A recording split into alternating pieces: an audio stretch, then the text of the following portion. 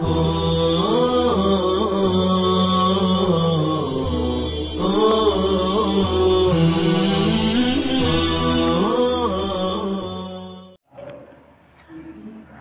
اللہ الرحمن الرحیم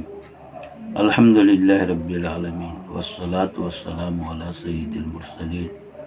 وعلی آلہ واصحابہ الطیبین الطاہرین اما بعد فاعوذ باللہ من الشیطان الرجیم بسم اللہ الرحمن الرحیم وما لکم الا تاکلوا مما ذکر اسم اللہ علیہ صدق اللہ العلی العظیم۔ عزیز طلبہ، ماقبل میں فَكُلُوا مِمَّا ذُكِرَ اسْمُ اللَّهِ عَلَيْهِ کہا تھا کہ جس پر اللہ کا نام ذکر کیا جائے، اللہ کے نام سے جس جانور کو ذبح کیا جائے اس کو کھاؤ۔ وہاں کلو جو امر تھا وہ امر اباحت کے لیے تھا، یعنی اس کا کھانا مباح ہے، جائز ہے۔ اب اسی اباحت کی تاکید کے لیے یہ آیت نازل ہوئی، وَمَا لَكُمْ، اور کیا ہوا تمہیں۔ مَا لَكُمْ میں ما استفہامیہ ہے، ایو شیء کے معنی میں مبتدا ہے، لکم اس کی خبر ہے۔ ایو شیء ثبت لکم، کون سی چیز تمہارے لیے ثابت ہوئی، کیا ہوا کہ تم نہ کھاؤ اس میں سے جس پر کہ اللہ کا نام ذکر کیا جاتا ہے۔ من الذبائح، یعنی ذبائح جانور جس کو ذبح کیا جائے۔ وقد فصل، واو حالیہ ہے، جبکہ تفصیل سے تمہارے لیے وہ سب چیزیں بیان کر دی گئی ہے جو تم پر حرام کیا گیا۔ قد فصل، اور ایسی آگے ما حرم،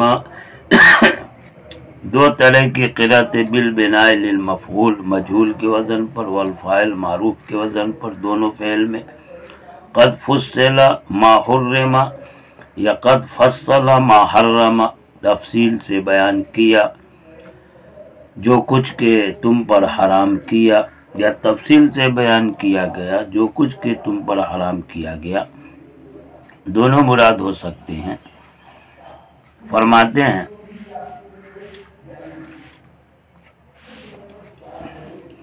بالبناء للمفعول والفاعل فی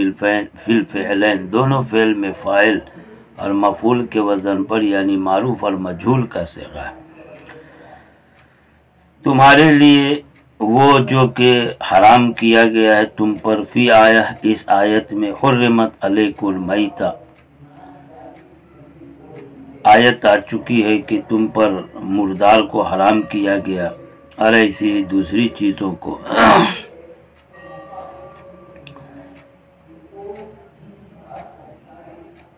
اس سے معلوم یہ ہوا کہ جس چیز کی حرمت کا ذکر ہو چکا ہے، جس کو صراحتاً حرام کر دیا گیا، وہ تو حرام، اور اس کے علاوہ جس چیز کی حرمت کو بیان نہیں کیا گیا تو وہ حلال ہے۔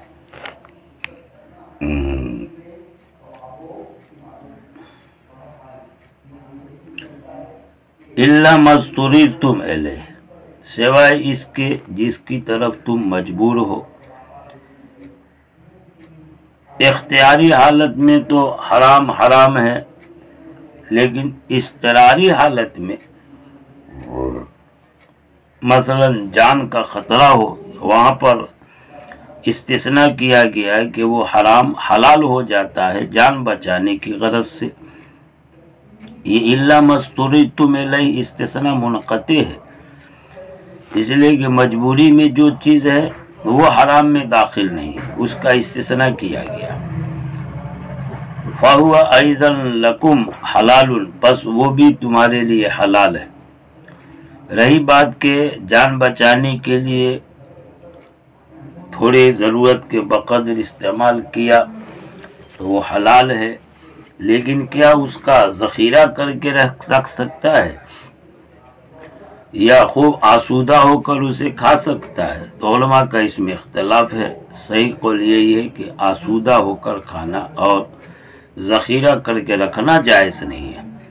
المعنی لا مانع لکم من اکل ما ذکر، اس سے اشارہ کیا جا رہا ہے کہ جو استفہام ہے وہ استفہام مالکم میں استفہام انکاری ہے، نفی کے معنی میں، یعنی کیا ہوا کہ تم نہیں کھاتے ہو، یعنی تمہارے لیے کوئی چیز معنی رکاوٹ نہیں اس چیز کے کھانے سے جس کا کہ ذکر کیا گیا ہے،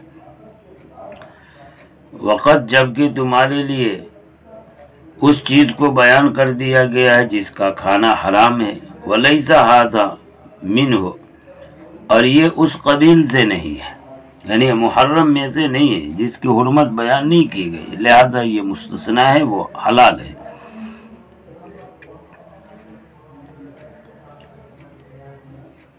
وَإِنَّ كَثِيرًا لَيُضِلُّونَ، یہ یا کہ فتح ضمے کے ساتھ یضلون ضلال سے اور یضلون اضلال سے، اور بلا شبہ اکثر لوگ گمراہ ہوتے ہیں یا گمراہ کرتے ہیں، دونوں ترجمہ ہوگا، یا کہ فتح ضمے کے ساتھ بے احوائہم، اپنے خواہشات کے سبب، بما تہوی انفسہم،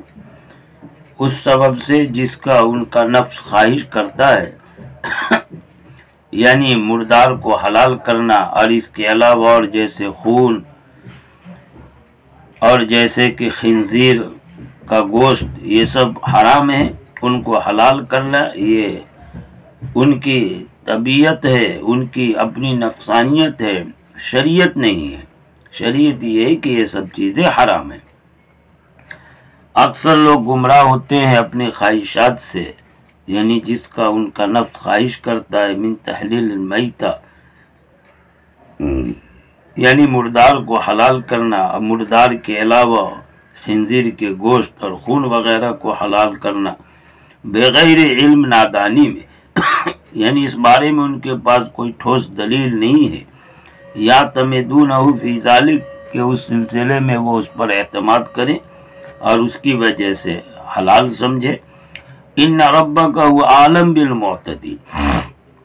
یقیناً آپ کا رب خوب جانتا ہے حد سے تجاوز کرنے والے کو، معتدین المتجاوزین الحلال الی الحرام، جو کہ حلال سے حرام کی طرف تجاوز کرتے ہیں۔ وَذَرُوا ظَاهِرَ الْإِثْمِ وَبَاطِنَهُ، وَذَرَ یذر سے ذر فعل امر ہے، اسی کی جمع ہے، وَذَرُوا، اور چھوڑو، ظاہری گناہ اور باطنی گناہ کو،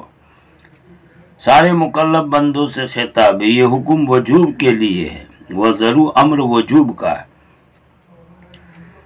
ظاہری گناہ، باطنی گناہ مصنف کہتے ہیں جو علانیتاً کیا جاتا ہے، وسرا، جو چپکے سے کیا جاتا ہے،